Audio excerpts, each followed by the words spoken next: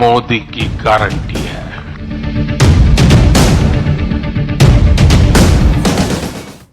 नमस्कार, आप देख रहे हैं अपना बिहार। मैं हूं आपके साथ विभा उपाध्याय। मिशन 2024 को लेकर बीजेपी ने अपना संकल्प पत्र जारी कर दिया है। दिल्ली बीजेपी मुख्यालय में पीएम मोदी ने संकल्प पत्र को जारी करने के बाद कहा कि 4 जून को नतीजे आने के तुरंत बाद इस संकल्प पत्र पर काम शुरू हो जाएगा। सरकार ने 100 दिन की कार्य योजना पर पहले ही काम को शुरू कर दिया है। पीएम मोदी ने इस संकल्प पत्र को 2047 तक विकसित भारत का रोड मैप बताया। पीएम ने कहा कि बीजेपी के संकल्प पत्र में युवा भारत की तस्वीर है। आयुष्मान भारत योजना का विस्तार किया जाएगा। अब 70 साल से ऊपर के सभी वर्ग के लोगों का 5 लाख रुपए तक का मुफ्त इलाज होगा। देश की प्रेरणा बनता गया। मैं देश नहीं रुकने दूंगा। और ये 5 तस्वीरें इस वक्त आपके टीवी स्क्रीन पर। मंच पर पीएम मोदी, जिन्होंने सबसे पहले पुष्प अर्पित कर श्रद्धांजलि और स्नेह सुमन अर्पित किए। बाबा साहेब की श्रद्धांजलि सभा, जिसकी तस्वीर आप देख रहे हैं, पुष्प अर्पित करते हुए प्रधानमंत्री नरेंद्र मोदी। पीएम मोदी जैसे ही यहां पर पहुंचे, उसके बाद जेपी नड्डा ने उनका भव्य स्वागत किया फूलों के गुलदस्ते के साथ। बीजेपी के संकल्प पत्र को जारी करने की तस्वीरें भी आपके सामने हैं। और मिशन 400 पार का संकल्प एक बार फिर से इस मंच से पीएम मोदी ने एक बार फिर से दोहराया। अब भाजपा ने संकल्प लिया है कि 70 वर्ष की आयु से ऊपर के हर बुजुर्ग को आयुष्मान योजना के दायरे में लाया जाएगा। 70 साल के ऊपर के हर बुजुर्ग, चाहे वो गरीब हो, चाहे मध्यम वर्ग के हो, चाहे उच्च मध्यम वर्ग के हो, ये एक नया दायरा होगा जिनको 5 लाख रुपए तक के मुफ्त इलाज की सुविधा मिलेगी। टूरिज्म का जो पोटेंशियल है उसे भी अनलॉक किया जाना बाकी है।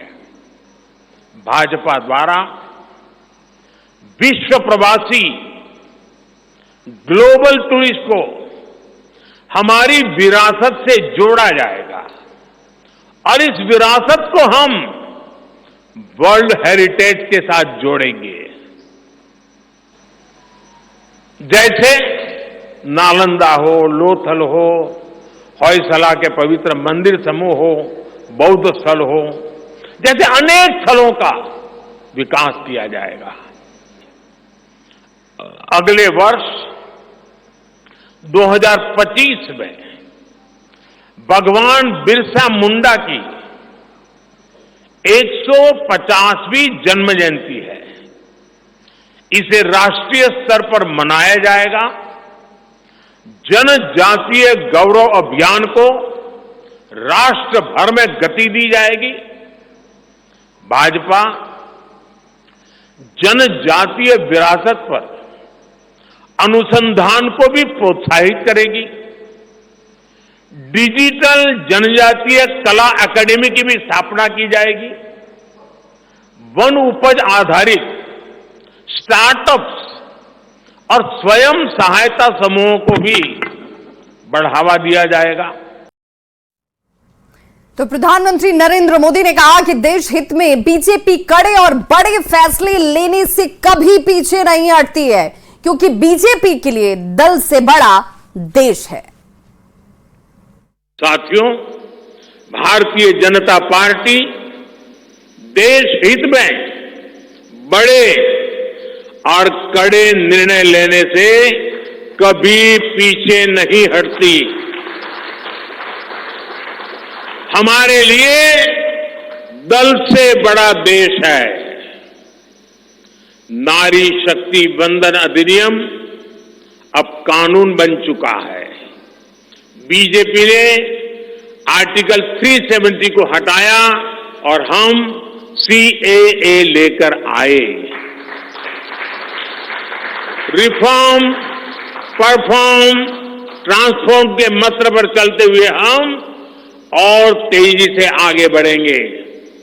गुड गवर्नेंस, डिजिटल गवर्नेंस और डेटा गवर्नेंस के लिए देश में आवश्यक इंफ्रास्ट्रक्चर और इकोसिस्टम तैयार किए जाएंगे। तो प्रधानमंत्री नरेंद्र मोदी ने कहा कि वन नेशन वन इलेक्शन के विचार को लेकर आगे बढ़ेंगे और बीजेपी यूसीसी को भी देश हित में जरूरी समझती है। हम वन नेशन वन इलेक्शन के विचार को भी साकार करने का संकल्प लेकर के आगे बढ़ेंगे। बीजेपी यूनिफॉर्म सिविल कोड को भी देश हित में उतना ही आवश्यक समझती है।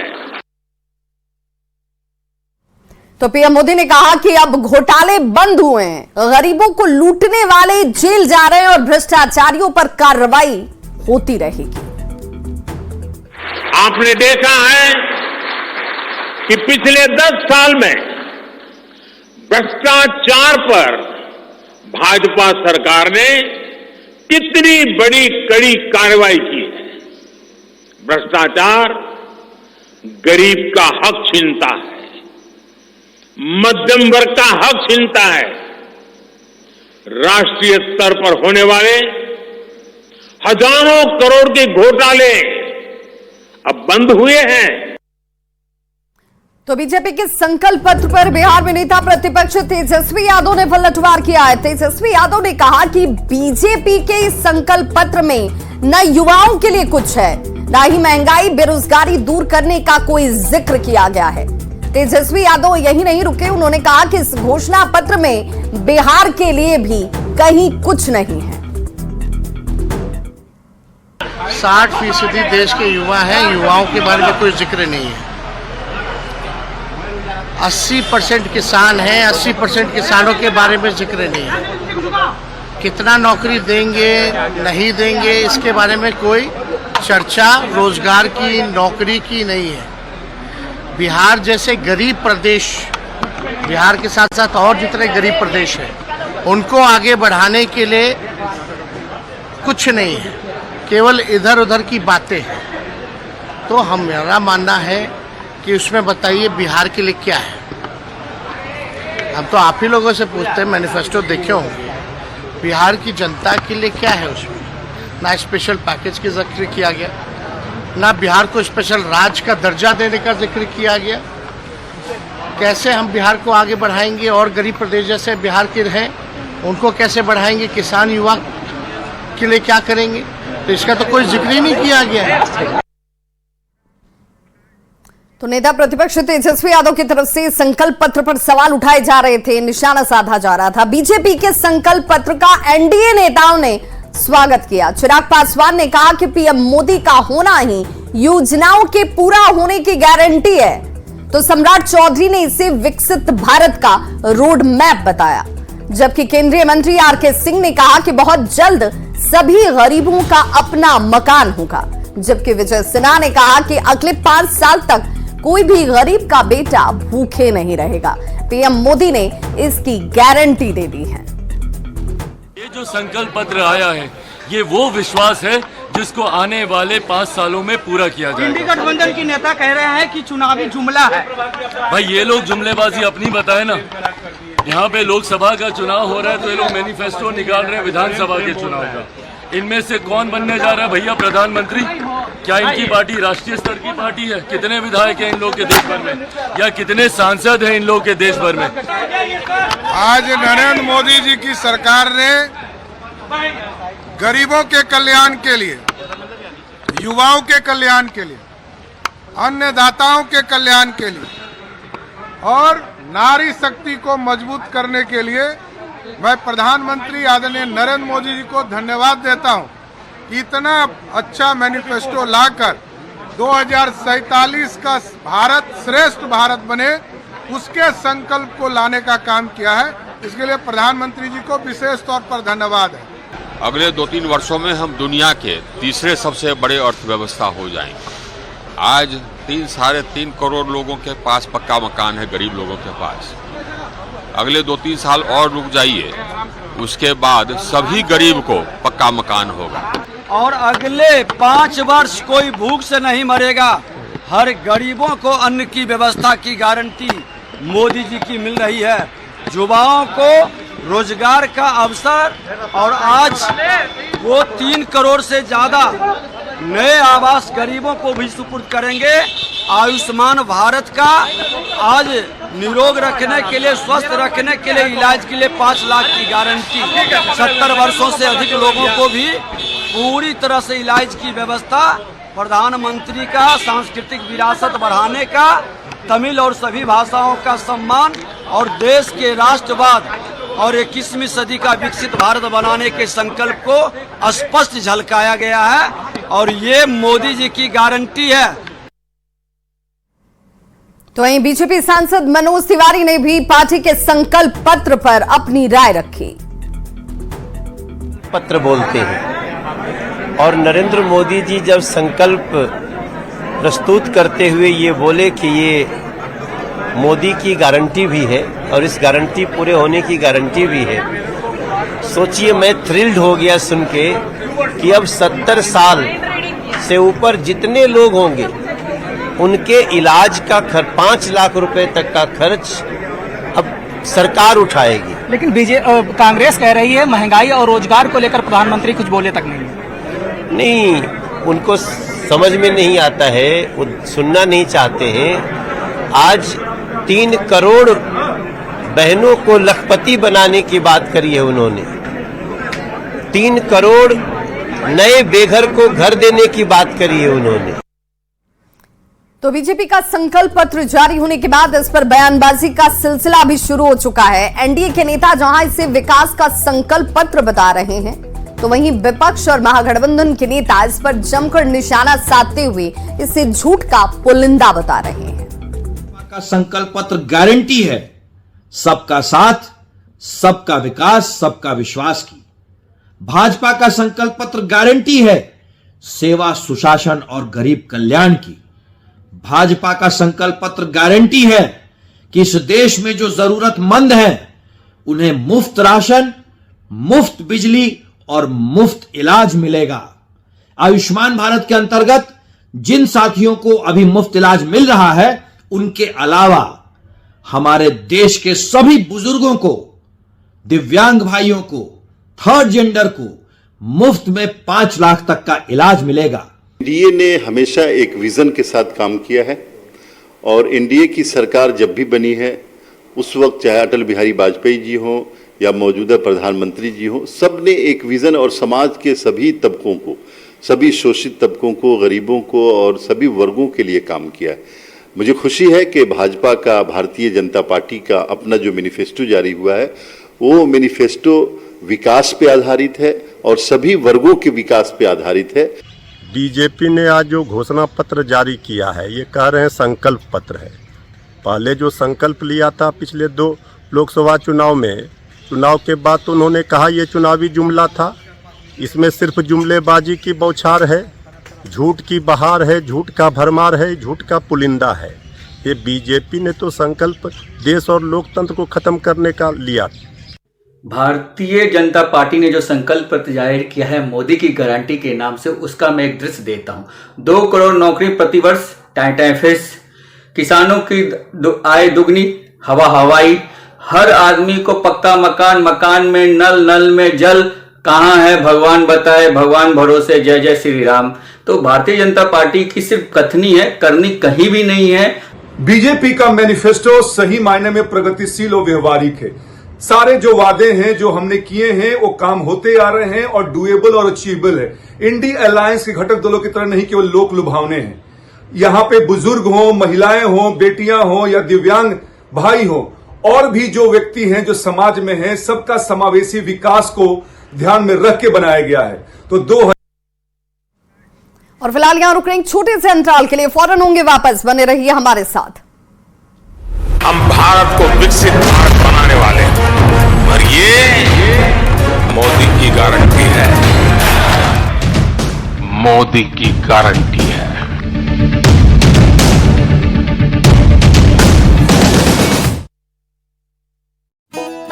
में करीब 1.5 करोड़ की कीमत की शराब की बोतलों को नष्ट किया गया।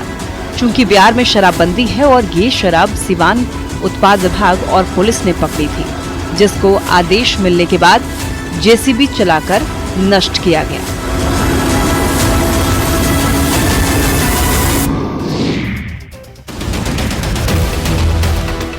बिहार में पूर्ण रूप से शराबबंदी लागू है, फिर भी शराब तस्कर अलग अलग तरीके से शराब की तस्करी करते हैं। तस्करों के इन जुगाड़ों को देखकर आप भी चकरा जाएंगे। कभी एम्बुलेंस से तो कभी बोलेरो से शराब की तस्करी की जा रही है। आरा से भी कुछ ऐसी ही तस्वीरें सामने आई जिसे देखकर आप भी हैरान रह जाएंगे। शराब तस्करी का अनोखा मामला आरा से सामने आया है, जहां कोइलवर कुल्हड़िया टोल प्लाजा के पास पुलिस ने एक बोलेरो से भारी मात्रा में विदेशी शराब बरामद की है।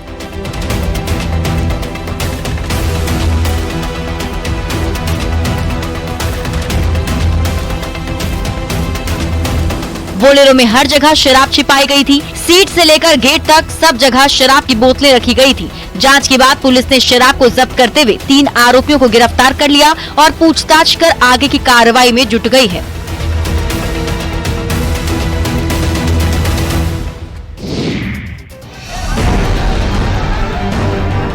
जमशेदपुर के बिष्टुपुर में JNAC की कार्रवाई के दौरान पुलिस और अधिकारियों का क्रूर चेहरा देखने को मिला है, जहां पुलिस के जवानों ने वहां मौजूद लोगों पर बर्बर तरीके से लाठीचार्ज किया है। दरअसल अतिक्रमण हटाने आए JNAC और होमगार्ड के जवानों ने अतिक्रमण का विरोध करने पर बिष्टुपुर के व्यापारियों को दौड़ा कर पीटा। कुछ भी बताया नहीं है, कोई भी नोटिस नहीं दिया है। आते ही साथ जो है बुलडोजर से जो है अपना गिराने लग गया है और कुछ भी बात करने के लिए तैयारी नहीं है। और कुछ पूछो तो बस जो है लाठी चाल, माने जैसे तानाशाही वाला रवैया अपनाया हुआ है पूरा। पिटाई का वीडियो भी सामने आया है, जिसमें साफ देखा जा सकता है कि वीडियो बना रहे पत्रकार पर भी लाठीचार्ज करने की कोशिश की गई। लेकिन जैसे ही अधिकारी को पता चला कि वो मीडिया से हैं, तो उसने पत्रकार को वीडियो बनाने से रोकने की कोशिश की।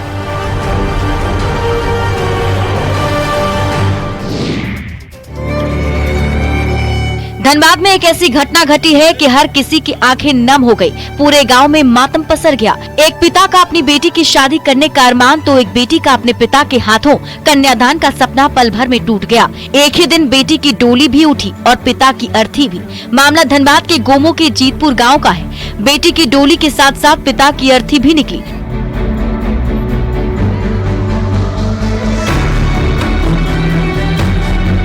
दरअसल छत्रधारी महतो ने बड़े अरमानों से अपनी बेटी की शादी तय की थी, लेकिन उसे क्या पता था कि किस्मत को कुछ और ही मंजूर है। शख्स खरीदारी करने के लिए बाजार गया था और उसी दौरान सड़क हादसे में उसकी मौत हो गई, जिसके बाद परिजनों ने उसकी इच्छा के मुताबिक लड़के वालों को बुलाया और शादी करा दी। एक तरफ बेटी की डोली निकली तो दूसरी तरफ पिता की अर्थी उठी। ये मंजर देखकर वहाँ मौजूद सभी की आंखें भर आई।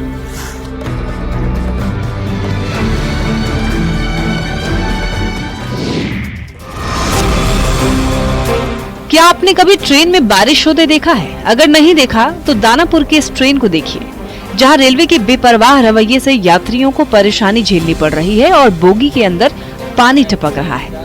ट्रेन के अंदर हर तरफ पानी ही पानी है। पानी निकल रहा है।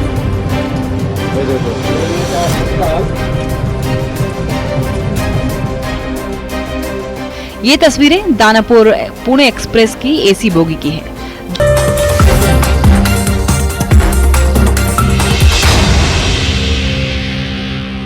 ब्रेक के बाद एक बार फिर से आप सभी का बहुत स्वागत है। जमुई में LJP प्रत्याशी अरुण भारती के चुनाव प्रचार में NDA ने अपनी पूरी ताकत झोंक दी है। इसी क्रम में आज रक्षा मंत्री राजनाथ सिंह की जमुई में चुनावी सभा है, जिसके लिए राजनाथ सिंह थोड़ी ही देर में जमुई पहुंचने वाले हैं। विधायक श्रेयसी सिंह ने चिराग पासवान के काम की तारीफ की और कहा कि अरुण भारती भी पढ़े लिखे कैंडिडेट हैं, इन्हें भी जनता खुलकर समर्थन कर रही है। जमुई को 2 सांसद मिलने जा रहे हैं, तो ऐसा नहीं है कि वो जमुई छोड़ रहे हैं। इनफैक्ट वो जमुई में एक ऐसा प्रतिनिधि दे रहे हैं जो उनके साथ मिलके जमुई का विकास कर सके। और मुझे लगता है कि अरुण भारती जी स्वयं एक पढ़े लिखे व्यक्ति हैं, उनको लोगों से जुड़ाव है और साथ में विकास के कार्य को वो आगे बढ़ाना चाहते हैं। मैं स्थानीय विधायक होने के नाते उनका स्वागत करती हूँ कि वो आए और जमुई में जो हम लोग विकास का काम कर रहे हैं उसको गति देने में काम। और यहाँ एक और छोटा सा अंतराल।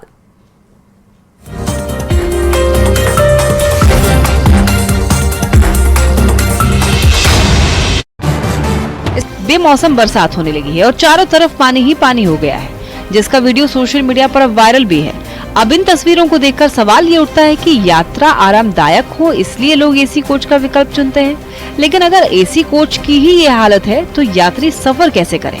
इससे रेलवे के इंतजाम पर सवाल उठ रहे हैं कि कितनी खराब है भारतीय रेलवे की हालत, ये इस वीडियो से समझ आया है।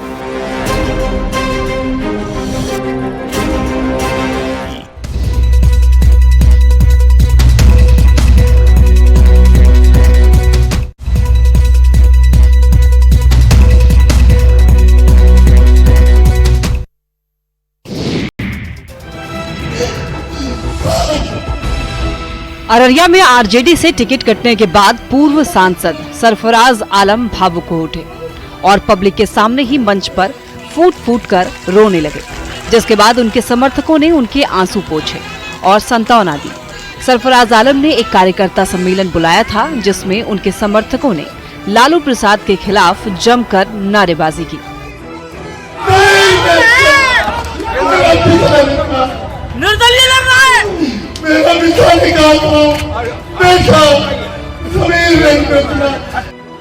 समर्थकों को संबोधित करते हुए सरफराज आलम ने खुद को तस्लीमुद्दीन का उत्तराधिकारी बताया और आरजेडी के खिलाफ बागी तेवर दिखाए।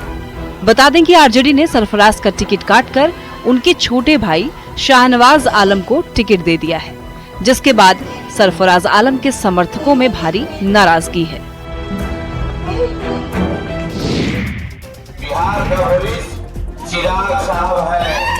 अपने बयानों से बिहार की सियासत को अक्सर गर्म करने वाले पूर्व सीएम जीतन राम मांझी ने एक सभा को संबोधित करते हुए एक ऐसा बयान दे दिया जिससे एनडीए के भीतर बवाल मचना तय माना जा रहा है। चिराग पासवान बिहार का भविष्य है, ये दावा बिहार के पूर्व सीएम और गया लोकसभा सीट से एनडीए प्रत्याशी जीतन राम मांझी ने किया है। बिहार का भविष्य चिराग साहब है। हम लोग परिस्थितियां बनावेंगे कि बिहार का अगला भविष्य चिराग साहब है।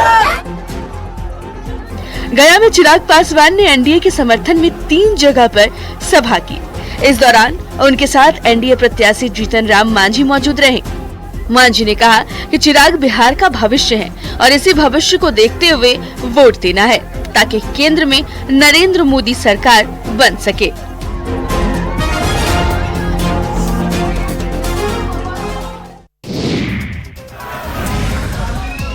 लोकसभा चुनाव की तारीख जैसे जैसे नजदीक आ रही है, सभी प्रत्याशी जनता के बीच जा रहे हैं और उनसे वोट करने की अपील कर रहे हैं। इन सब के बीच चिराग पासवान आजकल सुर्खियों में बने हुए हैं। लोगों में उनका क्रेज देखने को मिल रहा है। शेखपुरा में जब चिराग पासवान ने रोड शो किया तो इस रोड शो में बीजेपी, एलजेपीआर, जेडीयू और हम पार्टी के स्थानीय कार्यकर्ताओं के अलावा हजारों की भीड़ उमड़ी। पहले चरण की 4 की 4 हम लोग भारी मतों से जीत रहे हैं और ये जीत का मार्जिन भी कम नहीं, बड़े मार्जिन से हम लोग जीतने जा रहे हैं। चिराग पासवान के रोड शो में उमड़े भीड़ के कारण यातायात भी प्रभावित रहा। महिला मतदाता और युवाओं का उमड़ा जन सैलाब देखकर चिराग पासवान भी काफी उत्साहित दिखे और बिहार में सभी 40 सीट जीतने का दावा किया।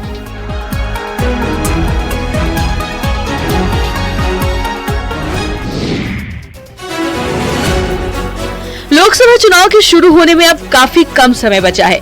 तमाम पार्टियां चुनाव प्रचार में जोर शोर से जुटी हैं। इसी बीच नवादा से एक वीडियो सोशल मीडिया पर तेजी से वायरल हो रहा है।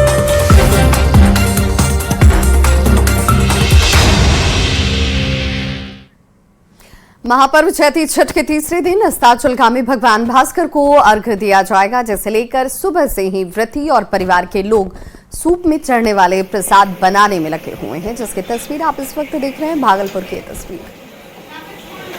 महापर्व चैती छठ का आज तीसरा दिन है और आज जो है अस्ताचलगामी भगवान भास्कर को अर्घ्य दिया जाएगा।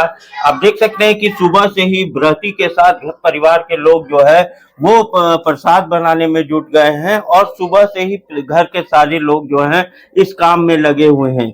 महापर्व छठ को लेकर जो है लोगों में काफी उत्साह रहता है और घरों में जो है इसको लेकर काफी जो है अनुशासन के साथ जो है कार्य किया जाता है। और अभी जो है प्रसाद बनाने का काम किया जा रहा है और शाम में जो है अर्घ्य लोग देंगे और लगातार जो है इसको लेकर यहाँ पर कार्य किया जा रहा है। जो व्रती हैं हम उनसे बात करते हैं। ठकुआ ठोका छान रहे, शाम में फिर अर्घ पड़ेगा। क्या मांग रहे हैं भगवान से इस बार? इस बार सबको अच्छा से रखे, स्वस्थ रखे, सब जगह अच्छा खुशहाली रहे। व्रती के साथ साथ घर के लोग भी जो है महापर्व को लेकर काफी उत्साहित हैं और इसमें जो है प्रसाद बनाने का काम किया जा रहा है और दोपहर तक जो है ये काम चलता रहेगा और शाम में जो है। तो इस बुलेटिन में बस इतना ही, लेकिन न्यूज़ 18 बिहार झारखंड पर खबरों का सिलसिला लगातार जारी है।